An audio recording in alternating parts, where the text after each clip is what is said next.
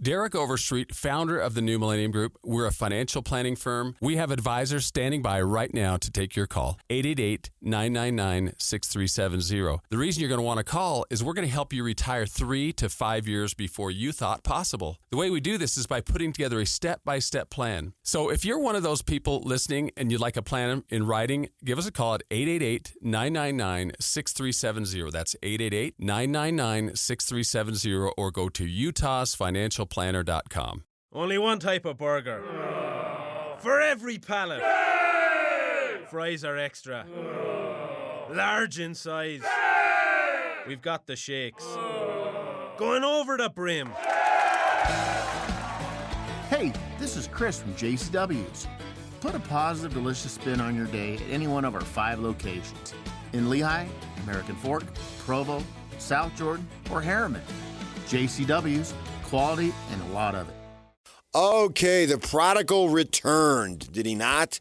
Yes, the prodigal was back in town. Guess who just got back last night? And I asked the question, hot takes or toast? Is it a hot take, or should we just make sure that it's toast and we never hear from it again? Do you miss him? The prodigal. He returned last night. Now, who is the prodigal, Yawk? That would be Sam Merrill? That would not be Sam Merrill. Would be one Donovan Mitchell. Donovan Mitchell. He's the prodigal. You know, what's funny is obviously he left, wanted to trade, and was caught up in the times that were going on. They were crazy times back then. Maybe they're crazy times still, depending on your outlook, I guess, right? And so with that in mind, he gets shuffled off to Cleveland and Markkanen and some other guys and picks and so forth. And so the dust has settled here. But it was still somewhat of a controversial departure. Could have been more.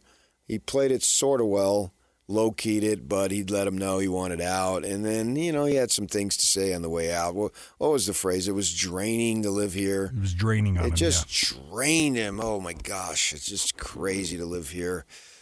Oh, you people.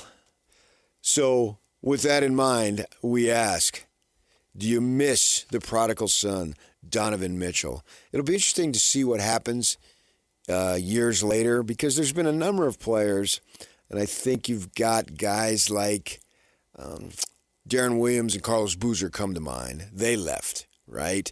And Williams, I mean, that got nasty with the Hall of Fame coach and the legend Jerry Sloan. But it seems like there was peace made there, and peace made with the fan base. You can make peace with the ownership, but that's in a different situation. It seems like, and maybe I'm wrong, but I think that most fans have made, in their minds, peace with Darren Williams. Boozer has had no problem telling people this is a good place, and he's around. You see him. He's been busy with his sons, watching them in the NCAA tournament, as we all would be if we were in that situation. Trying to think of other guys who've left under possibly not the best of circumstances. I guess you can go way back before I was here. What was it, in the mid-'80s? When were you born, Yawk? I was born in 1987. So it might have even been before your birth. You're talking about Adrian Dantley? Yes, but we know about that, and we know that there was a reconciliation. Correct. Yeah. Right? And he's got his jersey retired, right? 80's been back a number of times in the year since. But, when he left, it was under less than favorable circumstances. Right, with obviously the late, great Frank Layden. People move on. Hard feelings get soft. It doesn't seem like the fan base has cooled on that. Gordon Hayward. Now, I have not seen it, but I heard somebody say that he said his best years were here. Maybe, I don't think I've heard him say I shouldn't have left. If he has, I'm unaware of it. But it seems like Hayward, he seems like a footnote in the departure situation compared to Donovan Mitchell. So I simply ask, how much do you miss him? And here's some of the responses. Nick, every game, loved getting rid of Go Bum. Oh, that's supposed to be Gobert. Go Bum? but Spida can hoop. Jazz have done zippo since he left. The claims that he hated it here are just speculation. I don't know that he hated playing hoop here, but he said it was so draining to live here. He was more on the lifestyle side. Yeah, that social media stuff was just getting to him. And he's a youngster. He'll be 29 at the start of he'll be 30 at the start of next season. He's 29 now. That's amazing to think of him as be 30 years old. I think it's in September is his birthday, so the start of the 26-27 season. We were too afraid he wanted to leave for New York. He then signed in Cleveland, which isn't exactly an awesome place. I don't know that he said anything negative about Cleveland, and maybe it's not draining to live in Cleveland. Things calmed down a little bit since then. There was the height of that stuff going around, and some state dude said something about him, so I guess that was a big deal at the time. I try not to let that stuff get to me. Once you go down that road, it seems like you never get off. So if you want to go down that road, you have every right to do it, and if you want to get caught up in the politics, you have every right to do what you're doing. I've got no problem with it, but I don't know. I'm running out of time, so I don't really want to be involved in that. But others do, and good for them if that's what they want. So how much do you miss him? Eldon. Who? 7-time All-Star Donovan Mitchell. You got anybody on this team that's going to be a 7-time All-Star? What do we've got? Markkanen 1 and Jaren Jackson 2 or 3? So they got a ways to go. They're a little younger. 2 and 3 years. Ace Bailey, we'll see. I mean, he's just a teenager. Chris, how much do you miss him? 0. Brett, I think we'll smoke them next year, so I'm content. Smoke the Cavs. You're going to play them twice unless they change schedules. Virginia International Raceway wasn't built for traffic. It was built for drivers. Kaizen Autosport puts you behind the wheel of Virginia International Raceway. Kaizen Autosport delivers elite driving experiences and professional racing schools at VIR with expert coaches, structured instruction, and real performance cars. Whether you're brand new or ready to push limits, this is where drivers are made. Learn more and book your VIR experience at drivevir.com. That's drivevir.com. Hi, this is Alex Kantrowitz. I'm the host of Big Technology Podcast, a longtime reporter and an on-air contributor to CNBC. And if you're like me, you're trying to figure out how artificial intelligence is changing the business world and our lives. So each week on Big Technology, I bring on key actors from companies building AI tech and outsiders trying to influence it, asking where this is all going. They come from places like NVIDIA, Microsoft, Amazon, and plenty more. So if you want to be smart with your wallet, your career choices, in meetings with your colleagues, and at dinner parties, listen to Big Technology Podcast wherever you get your podcasts. I sold my car in Carvana last night. Well, that's cool. No, you don't understand. It went perfectly. Real offer, down to the penny. They're picking it up tomorrow. Nothing went wrong. So, what's the problem? That is the problem. Nothing in my life goes as smoothly. I'm waiting for the catch. Maybe there's no catch. That's exactly what a catch would want me to think.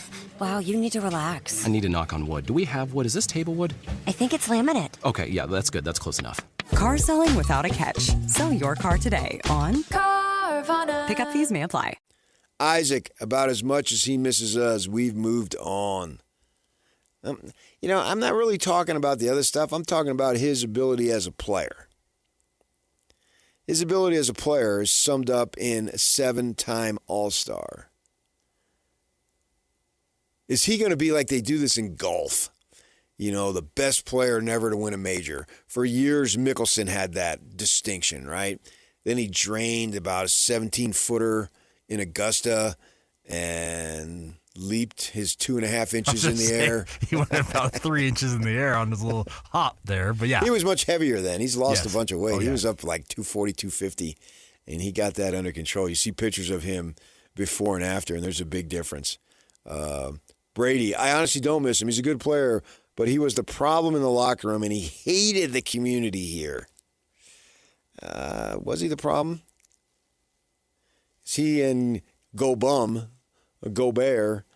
they had some issues, as the Jazz tried to tell us over and over that there was no issues. About the 40th time you start telling me there was no issues, that made me think, well, maybe there are some issues. But they said, no, there weren't, and they got along. I'm talking about his playing ability, and the times that they had. Don't you miss those? I think they're around the corner. Hopefully they are. Well, anybody saying that they don't miss his on-court ability, yeah, I think you're speaking out of spite, I guess is the best way to say it, because he was absolutely electric, PK. How many guys come in as a mid-first-round pick and are handed essentially the reins to the offense as a rookie?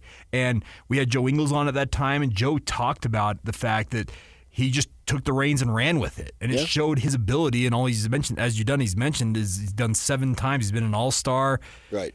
Cleveland, we'll see what they do in the East this year because Boston looks very formidable in terms of making it to the NBA Finals. But with him and James Harden, that gives Cleveland a fighting chance. Yeah, and Mobley, Jared Allen. Yeah, that big front court they've got, obviously. Got some other players there. We saw Mobley go for 34. The Jazz have no defense in the interior right now, so it's not that big of a deal. Yeah, so Mobley's a decent player. They were lobbing it into the interior and letting Mobley feast. I won't lie, I miss him a lot. I appreciate that. I miss his ability because he could be electrifying, especially for a shorter dude. Dave, honestly, not at all. He is good, but in the end, he gave up on the Jazz and showed just how much the city meant to him, so good riddance. Yeah, at that point, he's a young guy. I get it. Especially a guy like you, Yawk. This is, I've lived here for 32 years. I ought to consider it my home, but I mean, it's my home, but it's not like I really care what other people think of this place. It just doesn't bother me.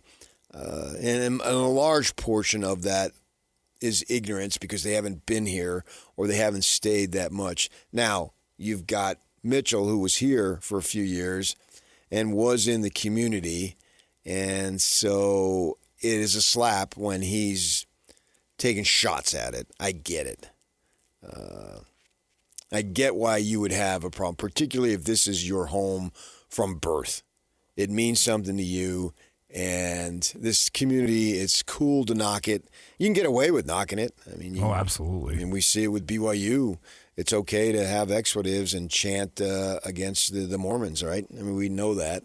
But the community certainly is more than one faith, even though that is a large part of it. But I understand that. If they're not saying they don't like what you like, that's going to bother you. But, I mean, he was a young guy, and he's trying to find his way. And he grew up in high affluence.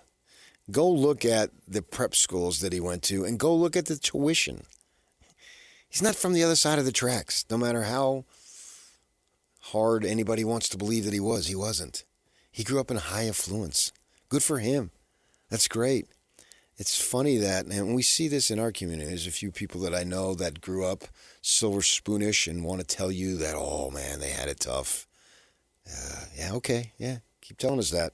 If you keep telling us that, it speaks for itself.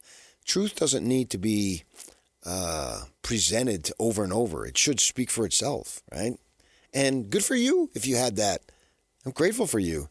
I mean, I didn't grow up in the most affluence, but I grew up a whole lot better than other people. But I had to work for that. Paid for every cent of my college education. And I'm super proud of it. I may have said a time or two that my father was a janitor growing up. And as a kid, I was embarrassed by it. Well, I was an idiot. I couldn't be more proud of him now. He went to work every day, 2 jobs, literally my whole life, every job, every day, to put, as they say, the proverbial food on the table. And I never missed a meal. So I'm very grateful for the way I grew up. Taught me a lot. Don't care about Mitchell. I miss watching the Jazz be competitive in games. Well, okay, they were sort of competitive last night. Well, they were competitive last week against Denver. Yeah, and you can see it with this roster, PK. You get all the horses that they've currently got. Next season could be fun. Yeah. I know. And I think it will be. I know it's been a slog, because trust me, us working in the industry, trust me, watching some of these games, right? They're not enjoyable. But good times will be coming. Correct. And I always thought good times would be coming. And here they are. They will be coming, and I believe it'll start right from the first game next season. We will see a different outlook. Everybody, that buzz in the Delta Center in game, if it's game 1 or 2, whatever it is, next season, it'll be palatable. You'll be able to feel it because the expectations will be there. And then they start winning a few ball games, and it will really take off. So hold on. Good times are coming. Steve says, I missed the 2019 Donovan when he was a humble, charismatic kid who embraced the community and showed up at local events, etc. Whether it was COVID or the fame or whatever, 2022 Donovan wasn't the same guy we'd known and loved. Now, that will bug him when he hears that. But he's a heck of a player. You've got to give him his due. Is he good enough to say, boys, get on my back, I'm taking you to the title? Probably not. But there's only a handful of those guys anyway, if there's that many. He's not one of them. But he's a fun player, and it was fun to watch him back do his thing because I don't watch a lot of Cleveland because I'm watching the Jazz. And, yeah, what could have been, what might have been, what wasn't. But we go forward, and away we go. Okay, top of the hour, we're talking some hockey with Mike Foltz. He'll talk about his Purdue Boilermakers in the NCAA tournament here. And then at 9 o'clock, we're going to go up to Logan. Yeah, they got a new basketball coach, and we're going to hear his press conference. So stay with us right here on 97.5, the KSL Sports Zone. If your idea of a group getaway is another conference room, just stop. Virginia International Raceway flips the script. Host meetings, retreats, or team getaways any time of the week. With on-site dining, lodging, open space, and adrenaline-filled activities like karting and off-roading. It's where work meets wow, and where people actually want to be. Bring the team somewhere unforgettable and make it a getaway everyone can really look forward to. Learn more at virnow.com. Hi, this is Alex Kantrowitz. I'm the host of Big Technology Podcast, a longtime reporter and an on-air contributor to CNBC. And if you're like me, you're trying to figure out how artificial intelligence is changing the business world and our lives. So each week on Big Technology, I bring on key actors from companies building AI tech and outsiders trying to influence it, asking where this is all going. They come from places like NVIDIA, Microsoft, Amazon, and plenty more. So if you want to be smart with your wallet, your career choices, in meetings with your colleagues, and at dinner parties, listen to Big Technology Podcast wherever you get your podcasts.